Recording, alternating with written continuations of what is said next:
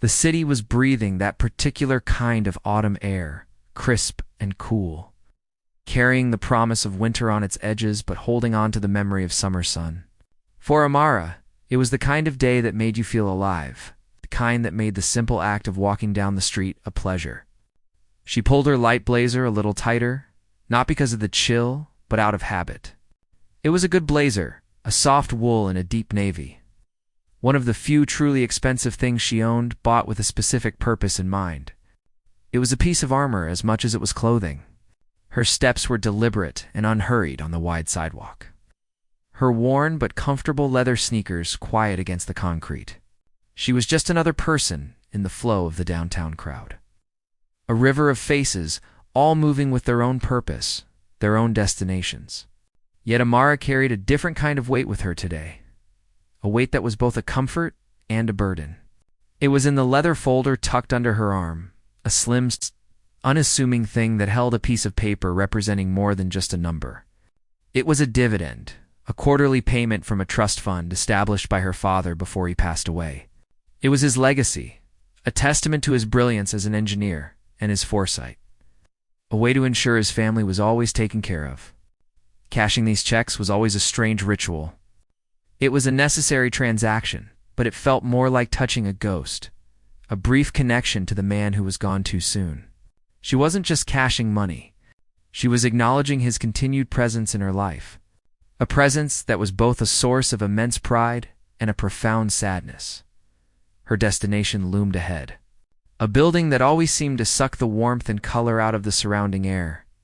Municipal Trust and Capital didn't have a flashy sign with blinking lights. It didn't need one. Its presence was announced by its sheer, imposing solidity. It was a fortress of granite and glass, a temple to old money, and the kind of power that operated quietly behind closed doors. As she pushed through the heavy brass-framed glass door, the city sounds faded instantly, replaced by a hushed, reverent silence. The air inside was different too. It was cool, dry, and scented with the faint, clean smell of polished stone and expensive cologne. The lobby was vast, with a ceiling so high it felt like the nave of a cathedral. Sunlight filtered through massive tinted windows, fell in soft, gray shafts onto the floor, which was a sea of swirling, dark marble that reflected the light like a deep, still lake. Every sound was amplified and then swallowed by the sharp click of her own shoes. The distant rustle of paper, the low murmur of a voice that was immediately hushed. Amara had been here before, but the place never failed to make her feel small. Like an intruder in a world she wasn't quite meant for. She was aware, as she always was, of the eyes that would occasionally flicker in her direction. Not stares exactly, but quick, assessing glances from the well-dressed patrons and the impeccably suited staff. It was a subtle, constant reminder that she was different, younger, and in this particular world, her skin color set her apart in a way that was as tangible as the marble beneath her feet. She walked past the rows of private offices, their glass walls offering glimpses into rooms, filled with dark wood furniture and serious-looking people hunched over documents. She made her way towards the main banking hall, a long counter that stretched across one side of the lobby, partitioned by thick security glass. Behind the counter, a line of tellers worked with an air of quiet efficiency, their movements precise and practiced. Amara took her place in the short queue, observing the people in front of her. They were mostly older, men and women who wore their wealth with an easy familiarity, chatting with the tellers about their weekends or their holiday plans. They belonged here in a way Amara knew she never would. When her turn came, she stepped up to the counter and offered a small, polite smile to the young teller, a man whose name tag read Brian. He couldn't have been much older than she was, with a fresh-faced look that suggested he was still new to the world of high finance. He returned her smile a little nervously. "Good morning," he said, his voice slightly muffled by the glass. "How can I help you today?" "Good morning," Amara replied, her voice calm and even. "I'd like to deposit this check, please." "Oh." She slid the leather folder under the partition and opened it to reveal the check. It was a substantial document, not the flimsy slip of paper from a personal account, but a heavy cream-colored check with elegant, embossed lettering at the top that read the Okonkwo Family Trust. Brian picked it up, his eyes widening almost imperceptibly as he scanned the amount. He cleared his throat quietly, his professional demeanor wavering for just a second. He typed the information into his computer, his fingers moving a little faster than before. He glanced at the check again, then back at his screen. Then at Amara's driver's license, which she had also slid through the slot. The routine process suddenly felt anything but. He was polite, but there was a new tension in his shoulders, a slight frown on his brow. He clicked his mouse a few more times, then paused. His gaze fixed on his monitor. "Okay," he said, looking up from the screen, his expression apologetic. "Everything seems to be in order, but, well, for an amount this large, our system requires a manual override. I'm going to have the branch manager authorize it." Amara nodded. This wasn't the first time. "Of course. That's not a problem." "Right," Brian said, clearly relieved by her easy response. "If you could just have a seat over there, Mr. Henderson will be with you in a few moments. He's just finishing up a call." He gestured with a nod towards a small seating area arranged around a low, modernist coffee table. "Thank you," Mara said, taking back her license in the folder. She turned and walked away from the counter, the brief interaction leaving a familiar, faint residue of unease. It was nothing Brian had done or said, but the subtle shift in his energy, the sudden formality of the process. It was a reminder that in this world, her money was treated differently. It wasn't just a number. It was an anomaly. The waiting area was designed to be comfortable, but it felt more like a display case. The chairs were plush and upholstered in a soft, gray leather, but they were arranged with a stiff formality that discouraged relaxation. The coffee table was pristine, its surface clear except for a neat stack of glossy magazines. Amara glanced at the titles: International Yacht and Aviation, Estates Quarterly, The Connoisseur's Journal. They were magazines for a life she couldn't even imagine, a life of private jets and inherited vineyards. She chose a chair that gave her a view of the lobby, allowing her to observe without being directly in the line of sight. She settled in, placing the leather folder on her lap, and let her gaze drift. She watched an elderly man in a tailored overcoat greet a banker with a warm, familiar handshake. She saw a woman dripping with diamonds discuss a document with a personal banker, their voices low and confidential. This was their natural habitat. They moved through this space with an innate sense of ownership. Amara, on the other hand, felt like a visitor in a museum, admiring the exhibits, but knowing she could never truly be a part of them. She thought about her father. He had built something from nothing, a mind that could see solutions where others saw only problems.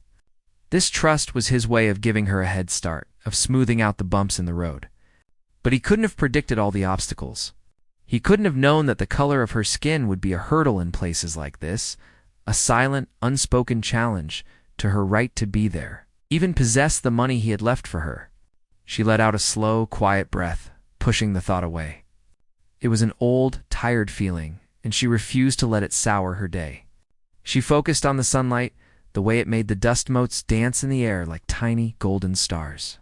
She thought about what she would do with the money.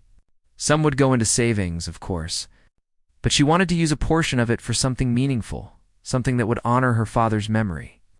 Maybe a scholarship for young black students studying engineering? A way to give others the same kind of head start he had given her? The thought brought a small, genuine smile to her face. It was a good plan. It was her plan. Minutes passed.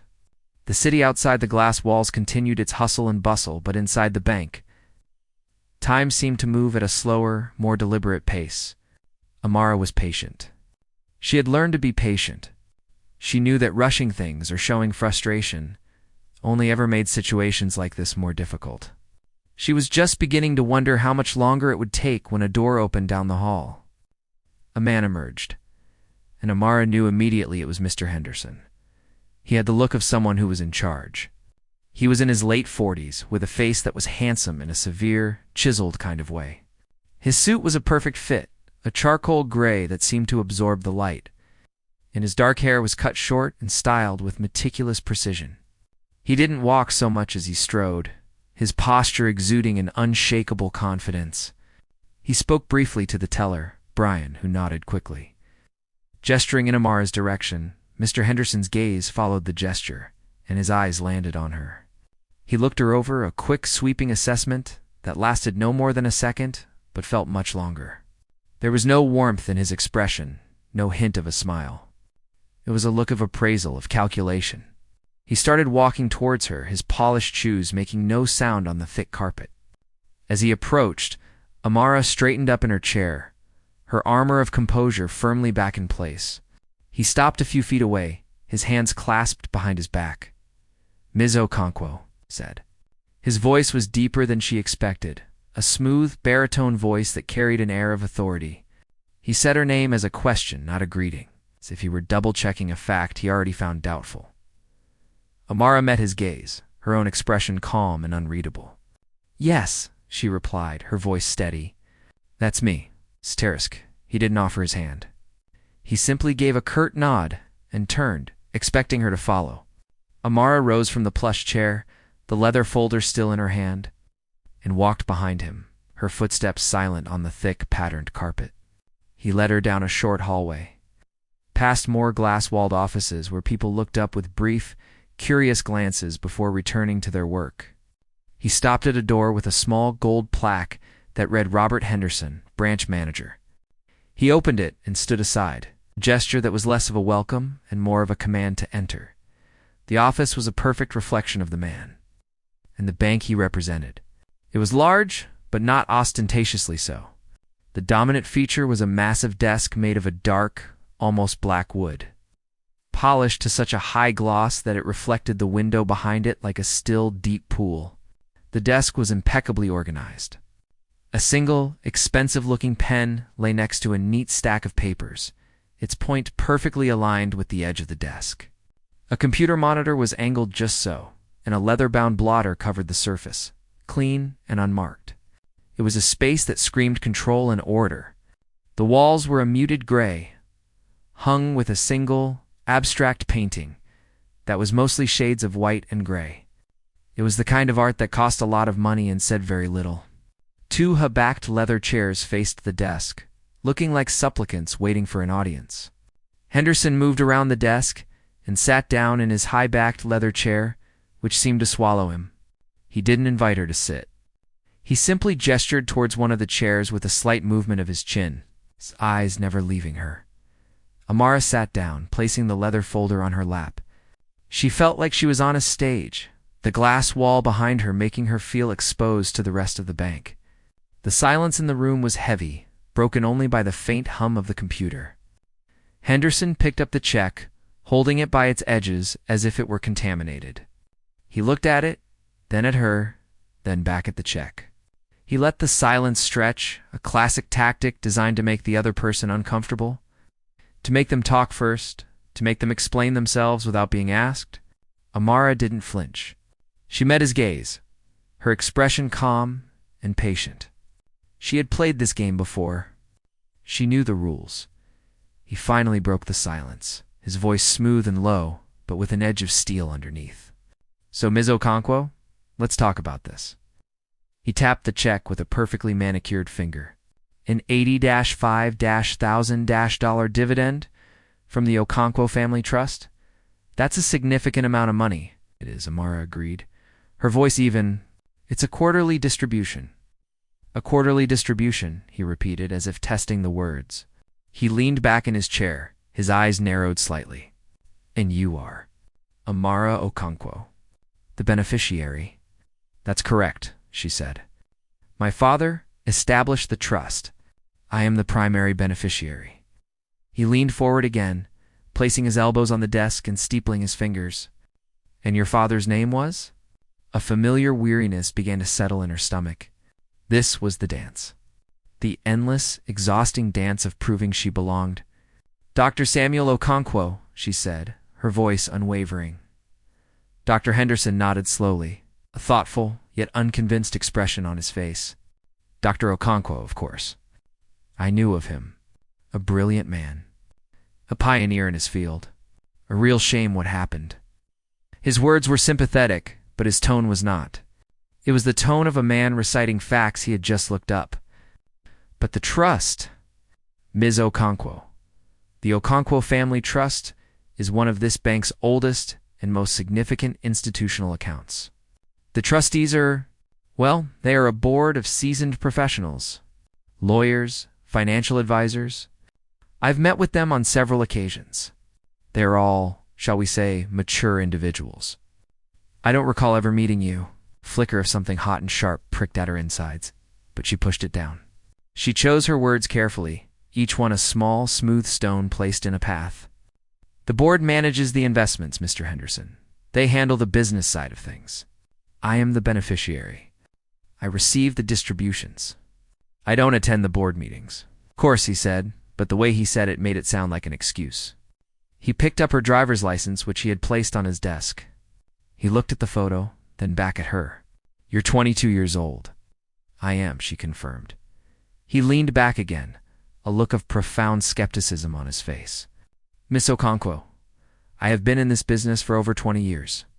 I have seen a lot of things, and it is highly unusual for a trust of this magnitude, with this level of assets, to be managed in this way. To have a single, very young beneficiary with no apparent oversight? For your own protection, you understand, we have to be vigilant. Vigilant for what, exactly? Amara asked, her voice losing a little of its warmth, taking on a cooler, harder edge. Fraught, Ms. Okonkwo, he said, the word landing in the silent room like a stone. It's a common occurrence.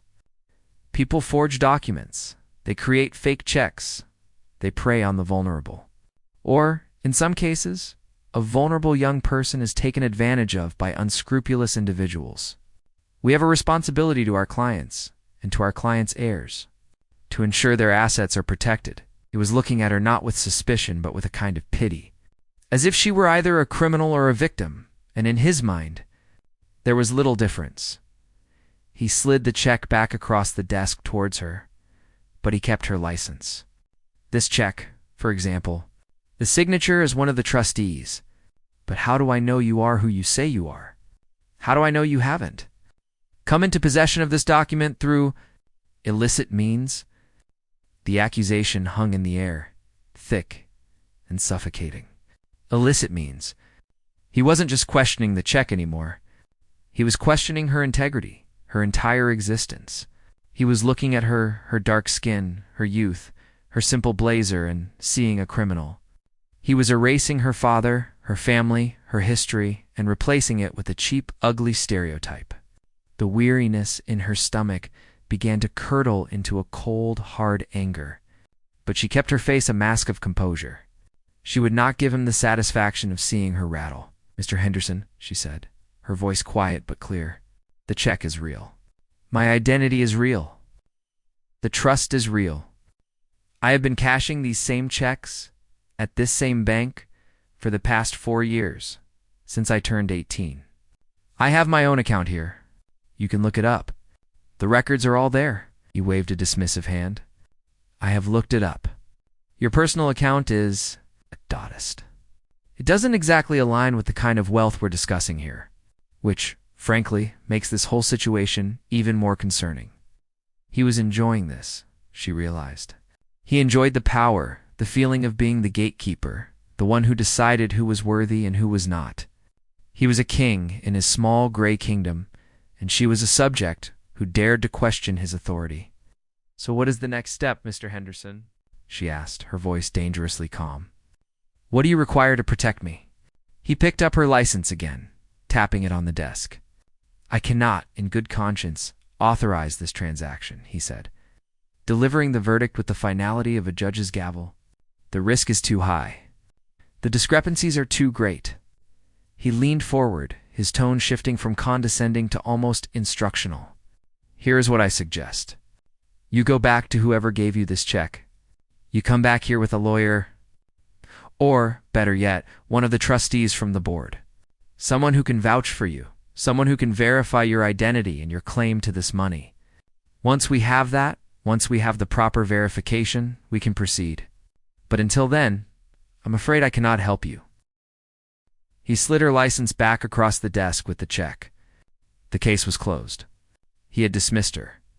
He was leaning back in his chair, already looking past her at his computer screen as if she were no longer in the room. He had built a wall of bureaucracy and prejudice around himself, and he had just locked the gate. He expected her to be angry, to plead, to argue. He expected her to make a scene, to prove his point that she was immature and out of her depth. But Amara did none of those things. She didn't move. She just sat there for a long moment, the check and her license lying on the polished wood between them. She thought of her father. She thought of his bright, intelligent eyes, his booming laugh, the way he would tell her that she could do anything, be anything, that the world was her oyster. He had built this legacy for her. A shield and a sword, and this man, this small, petty man in his expensive suit, was trying to take it away from her, not with force, but with 1,000 tiny cuts of condescension and disbelief. The anger that had been cold and hard inside her suddenly began to burn, hot and bright. But it wasn't an uncontrolled fire. It was a focused, intense flame. It was the fire of a forge, shaping something new and strong. She slowly, deliberately reached into her handbag. Henderson glanced up, a flicker of surprise in his eyes. He had expected her to leave. Instead, she pulled out her phone. Her movements were calm, precise. She didn't look angry. She looked resolved. She held the phone in her hand, her thumb hovering over the screen. She looked directly at Robert Henderson, and for the first time, saw something in her eyes that made him shift uncomfortably in his seat. It wasn't fear. It wasn't sadness. It was a look of absolute, unwavering certainty. The game had changed. She was no longer playing by his rules. The silence in the office stretched thin and sharp like a wire. Robert Henderson watched her, his expression a mixture of annoyance and confusion. He had delivered his verdict, a neat and final dismissal. He expected her to argue, to cry, to show some crack in her composure that would validate his assessment of her. Instead, she just sat there, her phone in her hand, a strange, unreadable calm on her face. It was unnerving. He was a man who was used to reactions, to being able to read people and predict their next move. But Amara was a blank page to him, and it was starting to make him feel a flicker of something he hadn't felt in a long time. Uncertainty. Amara's thumb moved across the screen of her phone. Not with the frantic energy of someone who is upset, but with the slow, deliberate precision of a surgeon. Her mind was clear, the white-hot anger from moments before having cooled into a single, focused point of purpose. This wasn't about the $85,000 anymore. It had never really been about the money. It was about the way he had looked at her, the way his words had been designed to belittle her, to erase her father's legacy and paint her as either a criminal or a fool. It was about the countless other times she had felt that same dismissive glance, that same condescending tone in stores, in classrooms, in life. She would not be a character in his small, prejudiced drama. She would not be the lesson he taught to other young women who dared to walk into his bank. She would not be humiliated. She found the number in her contacts. It wasn't labeled Dad's lawyer or emergency. It was simply Thomas. She had only spoken to him a handful of times, mostly at formal trust meetings. But she knew exactly who he was and the power he wielded. He was the regional director of the entire banking group, a man who had been a close friend and business associate of her father's. He was the man who had personally overseen the creation of the Okonkwo family trust with his own hands. She pressed the screen and put the phone to her ear. Henderson watched, his arms now crossed over his chest, a defensive posture. He was trying to look bored, as if this were just another childish tantrum he was forced to endure. The call connected, and a crisp, professional female voice answered. "Regional Director Davies' office. How may I help you?" The voice was efficient and polite. The kind of voice that belonged to a well-oiled machine, Amara's voice. When she spoke, was calm and clear, cutting through the tension in the room like a knife. "Hello, this is Amara Okonkwo." She paused for a beat, letting the name land. She saw Henderson's eyebrow twitch, a flicker of recognition, or perhaps just annoyance at her audacity. "I'm at your downtown branch," Amara continued, her tone still even. "And I'm having a small issue with a manager here. His name is Robert Henderson." There was a brief pause on the other end of the line. The receptionist's voice returned, but it was different now, warmer, more alert. "One moment, Ms. Okonkwo. I'll connect you directly." The hold music was a soft classical piece, but it was barely audible over the sudden pounding silence in the office. Henderson had uncrossed his arms. He was leaning forward slightly, his brow furrowed. The name Davies had clearly registered. The smug look had completely vanished, replaced by a look of dawning comprehension and a rapidly growing panic. A new voice came on the line. A deep, authoritative voice that was filled with an immediate and unmistakable concern. "Amara, it's Thomas Davies. What's going on?" Henderson's face went pale. It was a visible transformation. The color draining from his skin so quickly that he looked like a black and white photograph of himself. His mouth fell open slightly. He knew that voice. He had heard it in regional meetings, on conference calls, a voice that meant business, a voice that could end a career with a single sentence. Amara didn't look at him. Her eyes were fixed on the abstract painting on the wall, as if she were having a simple, casual conversation. "Hello, Thomas. I'm sorry to bother you. I'm trying to deposit a trust dividend, and Mr. Henderson here seems to believe it's fraudulent. He's refused to authorize it, and suggested I come back with a lawyer to prove who I am." She said it without a trace of emotion, simply stating the facts. The lack of anger in her voice made the accusation even more devastating. There was a sharp intake of breath on the other end of the line. When Thomas Davies spoke again, his voice was like ice. "He did what?" The words were quiet, but they carried the weight of a thunderstorm. "Amara, I am so sorry. This is completely unacceptable. Please, put me on speakerphone," and hand the phone to Mr. Henderson. Now, it's the final word now, was not a request. It was a command. It hung in the air, absolute and final. Amara finally looked at Henderson. Her expression was not triumphant. It was not angry. It was simply finished. She tapped the screen, putting the call on speaker, and then she held the phone out to him, her arms steady. The small device suddenly looked like a loaded gun. Henderson stared at the phone as if it were a venomous snake.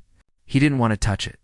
He didn't want to step into the trap he had so arrogantly sprung for himself, but he had no choice. He reached out a trembling hand and took the phone from her, his fingers brushing against hers. He brought the phone to his ear, his posture completely broken. He was no longer a king in his castle. He was a schoolboy being called to the headmaster's office. "Mr. Henderson?" Thomas Davies' voice boomed from the tiny speaker, loud enough for Amara to hear every word clearly. Henderson swallowed hard, his Adam's apple bobbing in his throat. "Yes, sir," he stammered, his voice a pathetic croak. "Do you have any idea who you are speaking with?" Davies asked, his voice dangerously low. "I didn't realize." "You didn't realize?" Davies cut him off, his voice dripping with a contempt that was far more terrifying than shouting. "You didn't realize that the young woman you just accused of fraud, the woman you humiliated and dismissed, is the sole beneficiary of one of the most important trusts this bank has ever had the privilege of managing? A trust established by my late dear friend, Dr. Samuel Okonkwo." There was a choked sound from Henderson. "Sir, I was just trying to—" "Due diligence. Don't you dare talk to me about due diligence." Davies roared, and the sound made Henderson flinch physically. "Your due diligence was a pathetic display of prejudice and incompetence. You saw a young black woman, and you made a series of insulting, baseless assumptions. You have not only insulted Ms. Okonkwo, you have insulted her father's memory, and you have insulted this institution. I am on my way. I will be there in 10 minutes. You will not leave that office. You will not speak to another employee. You will sit there and you will wait for me. Do you understand me?" Henderson could only manage a weak, strangled sound. "Yes, sir." "And Mr. Henderson," Davies added, his voice dropping to a chillingly calm level, "when I get there, you and I are going to have a very long conversation about your future at this bank, or lack thereof." The line went dead. Henderson slowly lowered the phone from his ear, his hand shaking so badly he almost dropped it. He stared at the black screen, then at Amara. All the color was gone from his face, leaving it a sickly grayish-white. His eyes were wide with a terror so profound it was almost pitiable. The carefully constructed wall of authority and arrogance had been utterly demolished, leaving behind a terrified, broken man. He opened his mouth to say something, to offer an apology, but no words came out. What could he possibly say? The air in the room was thick with the wreckage of his career. He had gambled on his own prejudice and had lost everything in a single, perfectly executed phone call. He slowly placed the phone back on the edge of the desk, as if it were a piece of evidence. Then he just sat there, slumped in his expensive chair, staring at his desk, a man utterly defeated. Amara sat opposite him, perfectly still, her hands resting calmly in her lap. The wait began. The silence that followed the phone call was a living thing. It was heavy and suffocating, filling the large, expensive office until there was no room left for air. The only sounds were the faint, almost inaudible hum of the computer on the desk and the ragged, shallow breaths of Robert Henderson. He was a man who had been carefully constructed from the outside in. His identity built on a foundation of respect, authority, and the unwavering belief in his own judgment. In the span of a 2-minute phone call, that foundation had been dynamited. And now he was just a pile of rubble, collapsing in on himself. He didn't look at Amara. He couldn't. His gaze was fixed on a single point on his polished desk. A small imperfection in the wood grain that had suddenly become the most interesting thing in the world. His hands, which had been so steady and decisive when he held her check, now lay in his lap like two dead birds, trembling uncontrollably. Amara watched him, but there was no satisfaction in it. There was no triumphant surge of victory. The anger she had felt, the hot, clean flame that had fueled her phone call, flickered out, leaving behind a vast, empty space. What she felt now was a profound and weary sadness. It was the sadness of knowing that this battle, which she had won, was just one of an endless war she would have to fight for the rest of her life. She hadn't wanted to destroy him. She had just wanted to cash her father's check. She had just wanted to be seen. Henderson finally moved. He lifted a trembling hand and ran it over his face, wiping away a bead of sweat that had trickled down from his temple. He opened his mouth, then closed it, swallowing hard. He tried again, his voice a dry, rasping whisper. Miss Okonkwo. He couldn't finish. The words caught in his throat, a tangled mess of apologies, excuses, and pleas. What could he say? I'm sorry I was a prejudiced fool. I'm sorry I tried to make you feel small. I'm sorry I let my own biases cloud my professional judgment. None of it was enough. None of it could undo what he had done. Not just to her, but to himself. Amara didn't respond. She simply looked at him, her expression unreadable. Her silence was more powerful than any condemnation could have been. It was a wall that he could not breach, a final, quiet dismissal that mirrored the one he had given her. She turned her head slightly, her gaze drifting to the glass wall of the office. Outside, the world of the bank continued. The teller, Brian, was trying very hard to look busy, his eyes darting nervously towards the office every few seconds. A woman in a smart pantsuit walked past, glanced in, and quickly looked away, sensing the toxic atmosphere. They were all actors in a play, and she and Henderson were the only ones who knew the script had just been torn to shreds. The 10 minutes they waited for, Thomas Davies to arrive, felt like an hour. The time stretched and warped, each second dripping with a thick, unbearable tension.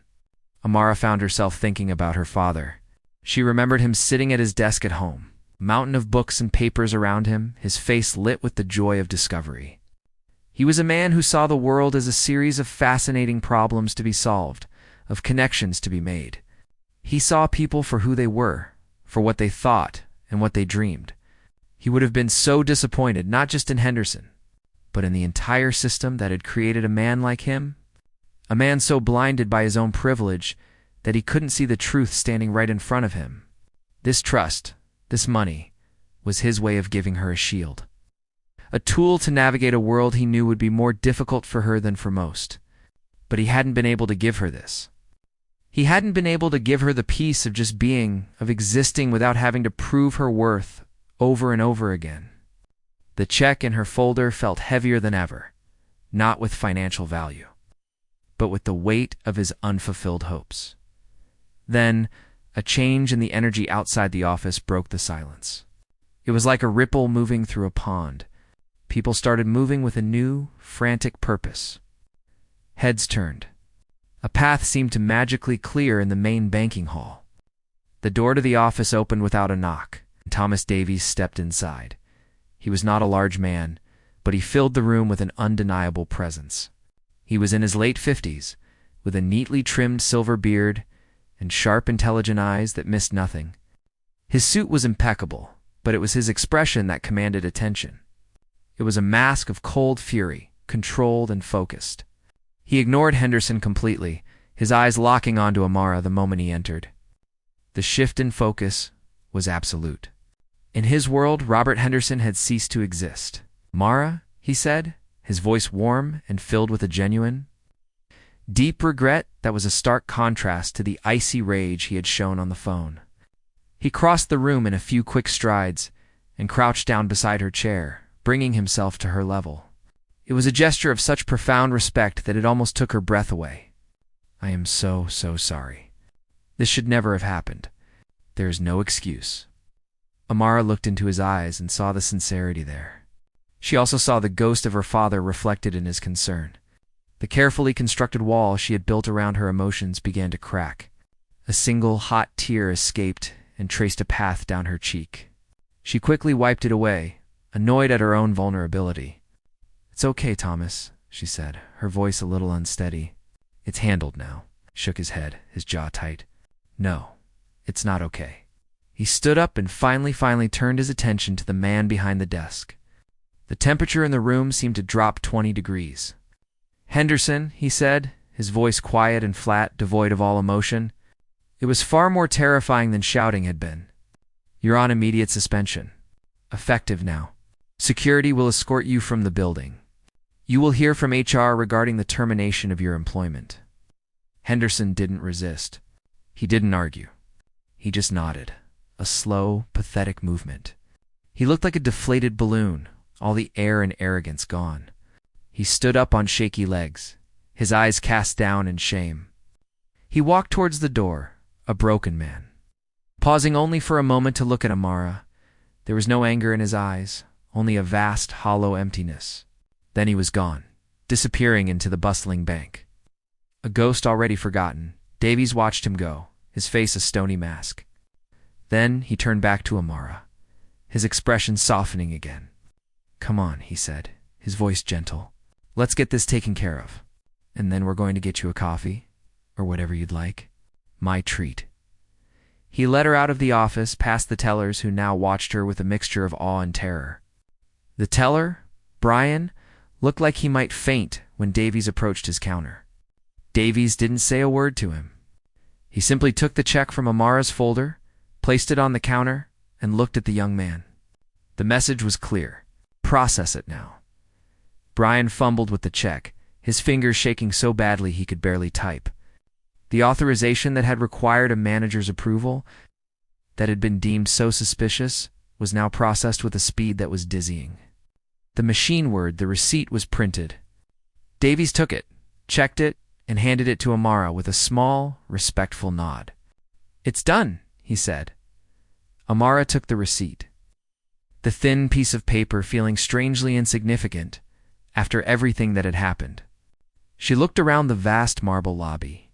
It was the same place it had been an hour ago, but for her, it had been transformed. The silent judgment, the condescending glances, they were all gone, replaced by a palpable deference. She had been an anomaly, a problem to be solved. Now, she was the center of their universe. The reversal of fortune was complete. But as she stood there, the receipt in her hand, she didn't feel powerful.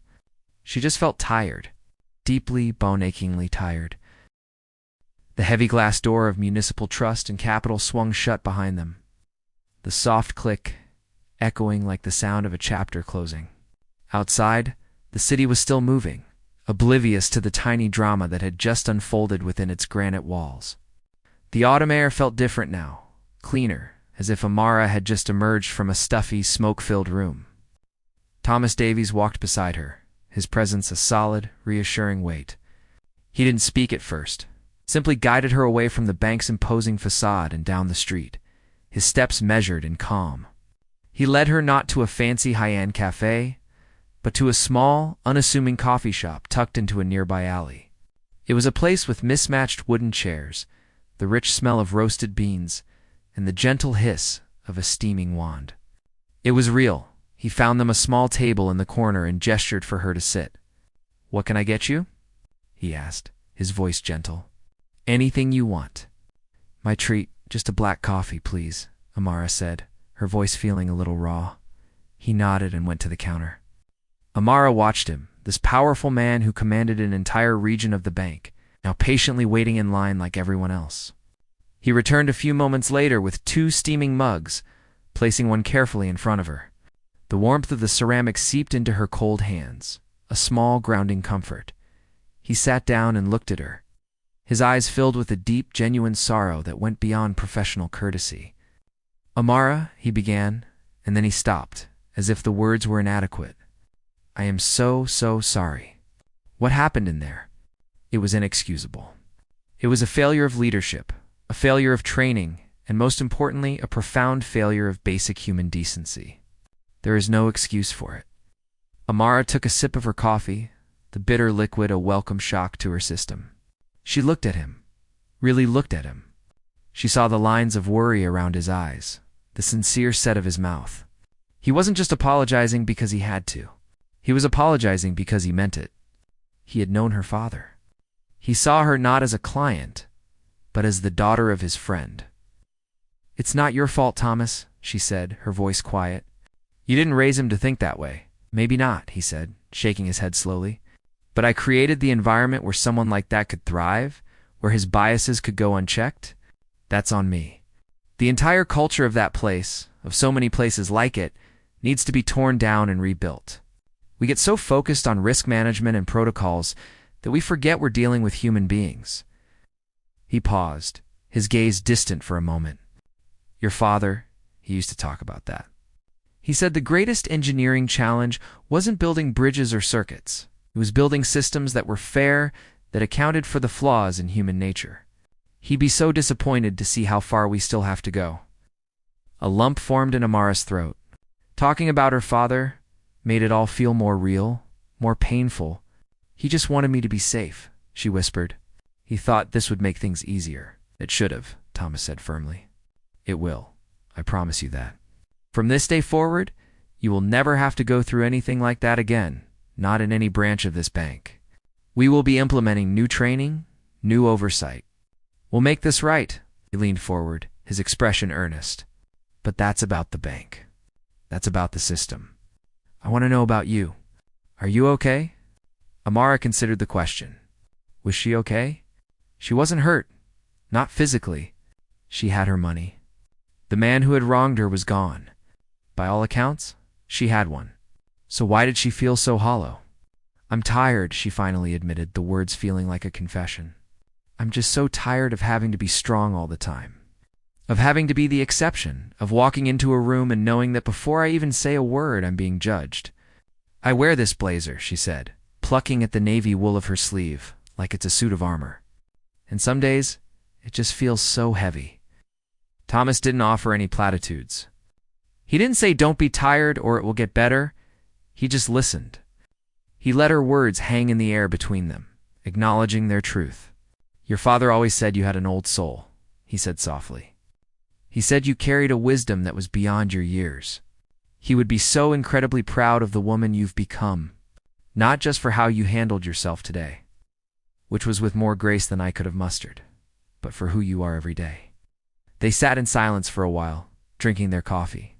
The noise of the coffee shop swirled around them, the clink of spoons, the low murmur of conversations, the whir of the grinder, but in their small corner, there was a quiet understanding. Amara felt the tension begin to drain from her shoulders, replaced by a weary kind of peace. "You know," Thomas said, breaking the silence, "your father's legacy isn't just that trust.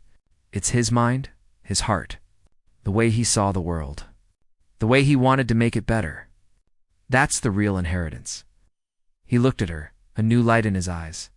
"You mentioned you were thinking about using some of the funds to start a scholarship. For young black students in engineering, I think that's a brilliant idea.